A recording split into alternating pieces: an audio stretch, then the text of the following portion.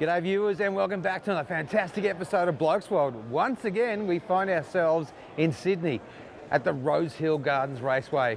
We're here all the time, whether it be the SHOT Show, the Hot Rod Show, the Bike Show, but this week we're here for the Sydney Knife Show. Blokesworld! Blokesworld! Blokesworld! Blokesworld!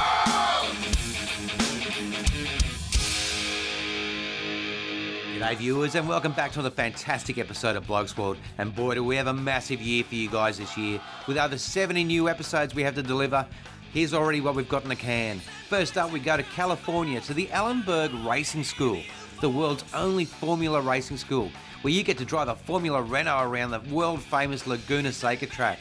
Absolutely awesome. And the skills that we learnt there we brought back to Australia and got to race back in our Ford Falcon EF station wagon at the Not a GP at Lakeside. As well as that, you're going to see hot rods. You're going to see car meets at the trackside. As well as that, we head up to Darwin to our new sister town, Noonamar, and we go to the Noonamar Tavern for their world famous rodeo that they have behind the pub. As well as that, we're going to head to Cessnock in New South Wales for the Australian Postie Bike GP. An absolutely cracking weekend.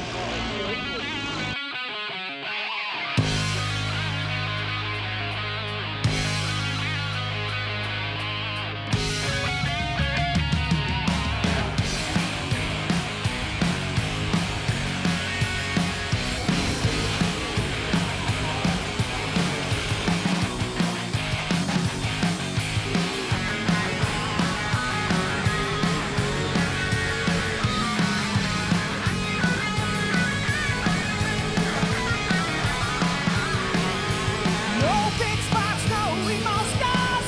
Too busy rocking on loud guitars. No egos, bad attitudes. None of us think we are better than you. You're still just a no one that you can't see. Your ego outweighs your ability. No time for assholes who play mind games. Too busy kicking ass and taking names. Jump up and down, raise your hands up to the sky. And from postie bikes to dirt bikes, we head back to Vietnam and ride the central highlands of Vietnam with Lucky Bastard Motorcycle Tours. Right now, let's head to Sydney for the Knife Show. Enjoy. G'day, my name's Matt. I'm a blacksmith here at Everly Works. We run weekend classes. We also make all sorts of things in wrought iron. Yeah, so we run out of the Everly Locomotive workshops. They're right next door to Redfern Station there. It's a 131-year-old Victorian blacksmith's workshop. It's been there since the late 19th century, and we've basically been able to move in and run classes here so that people can come in from the community and enjoy the space. It's huge. It's about the size of this room. We've got 1,500 square metres worth of blacksmithing goodness. All the old machines are still in there and most of them still run. We also make stuff out of there, so a lot of those machines are running through the week as well. So pretty cool place to hang out. We do a lot of custom tools. That's what we're selling here at the Knife Show. So we make tools for the knife makers and the blacksmiths out there that might not have the setup to make their own stuff. We've made tools for glass blowers and stonemasons, and all the stuff that you can't buy off the shelf generally comes to a blacksmith, because that's why they call us the king of trades. There's one TAFE that I know of left in Australia that's still running the blacksmithing classes. It's Automotive here in Sydney. That's where I went through. And these guys as well, that's where I met two of them. So yes, there is one place left just hanging on to it, and you get to take a piece of steel out of the fire at 1100 degrees Celsius and you get to flog it with a hammer. You know, it's to experience steel in that plastic state and to be able to move it right in front of your eyes. It's something that most people would never experience because they see steel as this cold, dead, inanimate thing, and once you get it hot, it takes on a completely different life.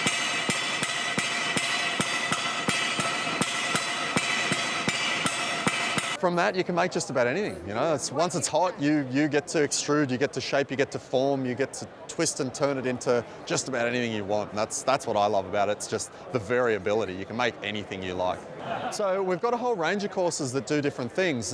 We've got as little as a one-day kind of introduction class. You can come in, make your own blacksmithing hammer, take it home, and it starts the nucleus of your forging kit. That's a one-day class. You can come in for a two-day introduction class, anywhere up to a long 4-day intensive tool-making class where you might knock out 9 or 10 different tools in the period. Yeah, so the weirdest thing I've ever been asked to make is objects for like bondage, kinky stuff, sex stuff. Yeah. Yeah, I've made a few of those sort of things because it's hard to buy, I guess, off the shelf. So like I was saying before, people that come to a blacksmith generally come to a blacksmith to find something unusual or to find something one-off, custom-made that they can't get anywhere else. So yeah, I guess that was their reasoning, was I want some iron shackles or I want some iron. Well, all that sort of stuff's hard to buy off the rack, isn't it? Hey? Dad joke. You can pay that.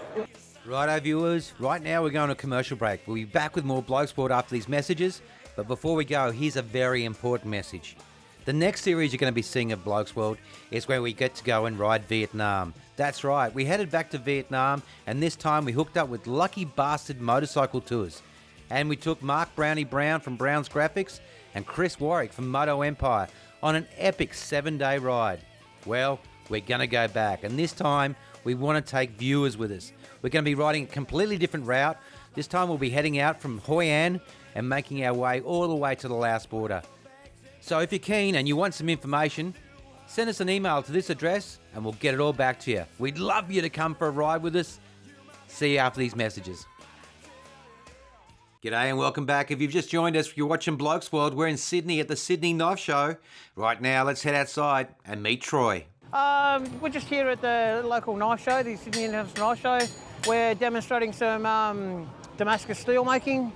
We've made a sledgehammer, made some other hammers, made some Viking-style knives, just general getting steel hot, hitting it with a hammer.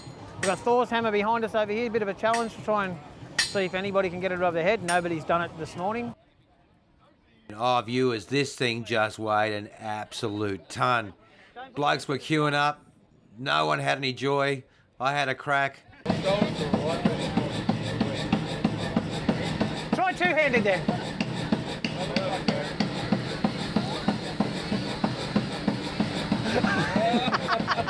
He's a bomb. Until this bloke just came out of nowhere. Check him out. What a weapon. Damascus is pattern welded steel. It's two types of steel. One of them's 15 and 20, so 2% nickel. The other one's a 10 series steel, so a simple carbon steel that when you etch it in acid, it goes dark, and the nickel steel stays shiny, so you get the contrasting layers. So it sort of looks like a wood grain when you do it. And there's no real benefit doing it. It just looks pretty in today's society. So we do it simply because it looks nicer. Obviously, it takes a lot of time. So in the average Damascus knife, you've got a day or so making just the steel, and then that's if it works and you don't destroy it in the process. And then from there, you forge your knife, you finish it, you grind it, and you end up with a fairly pretty knife. I started as a blacksmith when I was 17 in a spring maker shop, and enjoyed hitting hot steel, and left there, become a roof plumber, then electrician, and then thought, you know what, I need a hobby. Started tinkering in the shed, made myself a forge, used a bit of railway track for an anvil, and now I stand in front of crowds for a hobby on the weekend. Everybody else watches football, and I play with hot steel. The two forges we're running here, the one that you can see with the flame coming out the front, that's the acid burning off the steel. That's the Damascus Forge. Damascus tends to eat away your forges. It's like putting acid inside something. It just destroys them. The little one in front, that's a 4-burner forge that we use for heating up steel. 4-burner forge is just nice and even. We don't have a burner coming in from one side. We've got a single burner over the back, and most of us use single burners because we can't afford the gas.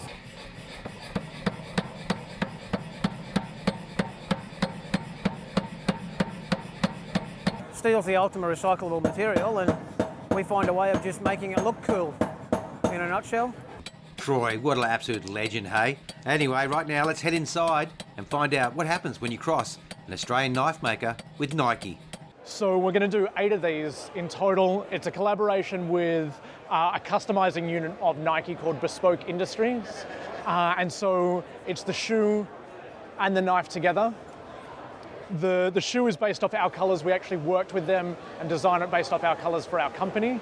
And then the handle is made out of all the leather that was off the offcuts of the sneaker itself. So the knife is in essence a sneaker.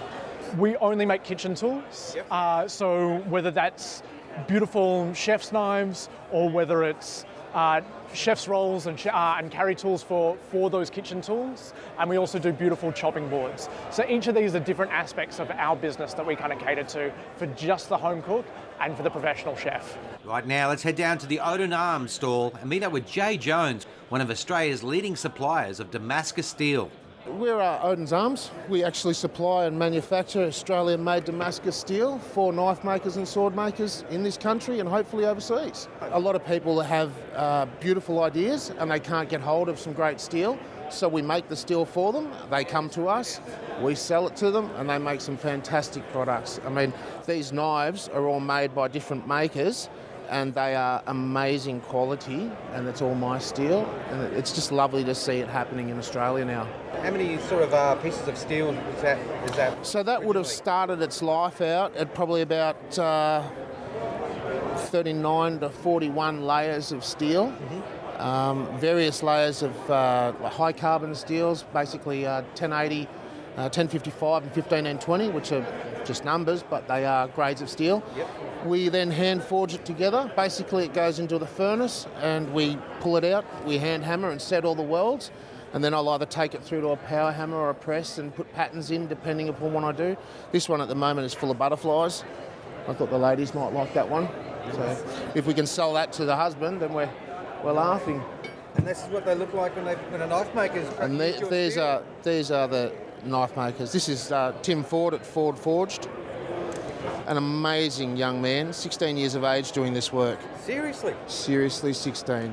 You got to go and talk to the guy, he's brilliant. This is Tobal from Tobal Knives. We'll be back after this commercial break to Blokesworld. Cheers. Logie. Ugly? Logie. I'm the MC with Vanguard today. We're doing a medieval fighting combat display. And very quickly the spears disappear into the secondary weapon. First time here at Sydney Knife Show. We do a lot of medieval festivals and the like normally. First time we've done something like this, where it is actually a knife show, not an actual reenactment village. And for dramatic effect, it does pay to bang the shield and make lots of noise. Oh, and a buckler shield, of course, is very little help, really, in a shield wall. Bobby? We're based at YE on the Central Coast, north end of the Central Coast, south end of Lake Macquarie, between Wyong and Morisset, for those that know the M1. We've got a medieval village, we've got an armoury, we've got a tavern, we've got a full working forge, we can forge our own metalwork there. We're also working on a few other things as well. We've got fighting arenas and an archery range. We've also built massive wall system, bridges. It's amazing. I recommend people come and check it out. This is Bobby. He's wearing a 16th century Spanish outfit today, one of our regular players. It's a bit fancier than some than others with a bit of filigree right here. Great outfit. And we do like a lot of immersion and as much of a authentic kit as possible, obviously, from the shoes up. Some of the fairs we go to, especially if it's on Ives Medieval Fair, for example, they'd like a full kit and they are quite extensive about it. Okay, next up we have Ben. Ben is a professional Viking. Ben actually is a Viking for a living, which is fantastic. From 8th to 9th century, the kit. The helmet, though, is English and has been stolen by the Vikings. I don't know whether people are aware of this, but they did like to pillage quite a bit. We get Ronan and Jason and Mason, 10th century Viking outfit right here. Obviously, two shields, what we call sword and board. In the game, I suppose, obviously, sword and board. So shields can be, well, as big as this, sometimes a little bit bigger, as little as the buckler shield as well. Mason's feeling comfortable enough right here to just go sword without board, obviously. Okay, one of our female members, we are unisex, I mean, there's mostly boys right here today. It's a bit of a sausage fest today, we do have a lot of female members as well. Rhonda is wearing a Saxon kit from the 9th century. In the Dark Ages, of course, women and children were taught to fight and wear full armour and use sword and board as well from an early age. So we're being inclusive in that way, which is historically realistic as well. All right, next up we have Wayne, not the most Italian of names, but he is early 15th century Italian. Full plate, or as close to full plate as possible. We've got the greaves everywhere from the feet, the arms, all the way up, of course, chest, front, and inside that is a gambeson, if I'm not mistaken, and of course full helmet protection. The head is, as we would have seen in the fighting demonstration, of course, a allowable target. We are hitting right across the top of the helmet. It helps when there is a membrane across the helmet because that actually gives you a target to go for as well. So Vanguard HRG on Facebook, you'll find us there. What time did you get here? Night time? No, Sorry, that's all I got. That's all I got. Wow. Well, welcome back, viewers. Hope you're enjoying the show. Right now, we thought we'd meet you to one of the instructors that'll teach you everything you need to know. Ian, welcome to the show, champion. Awesome. Now, you're from Mother Mountain Lodge, is that correct? Mother Mountain Forge, yeah. Awesome. Can you tell our viewers a bit about what you do there?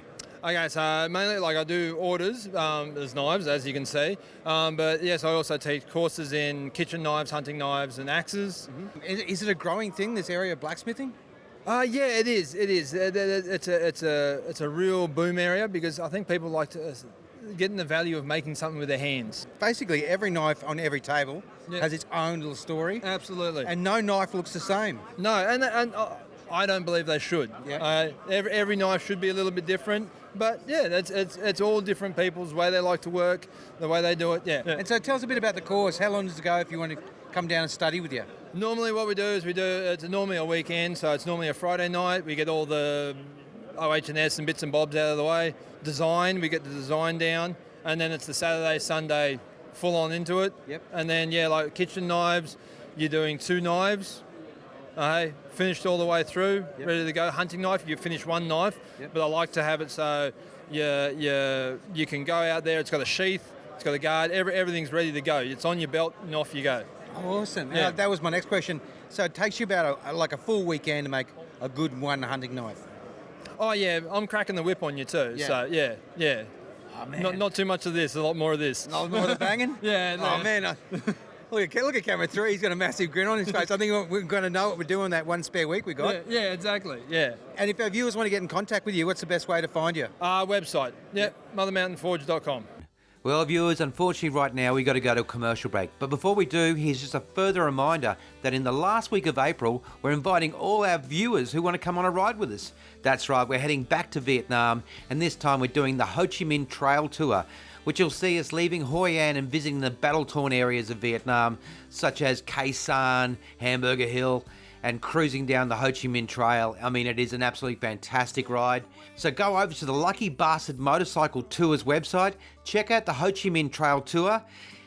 Come for a ride with Blokesworld. You've had it on your bucket list for way too long, and it is an absolutely fantastic country filled with beautiful people, not to mention absolutely fantastic food. Anyway, right now we're going to a commercial break.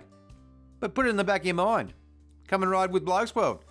Lucky Bastard Motorcycle Tours. See you after this. Welcome back to Blokesworld and welcome back to the Sydney Knife Show right here at the Rosehill Gardens. An absolutely awesome event. Speaking of awesome, in a couple of weeks we've got another brand new series coming up when Blokesworld go to Laguna Seca to the Allenburg race schools. Here's just a little taste. G'day viewers and welcome to Blokesworld.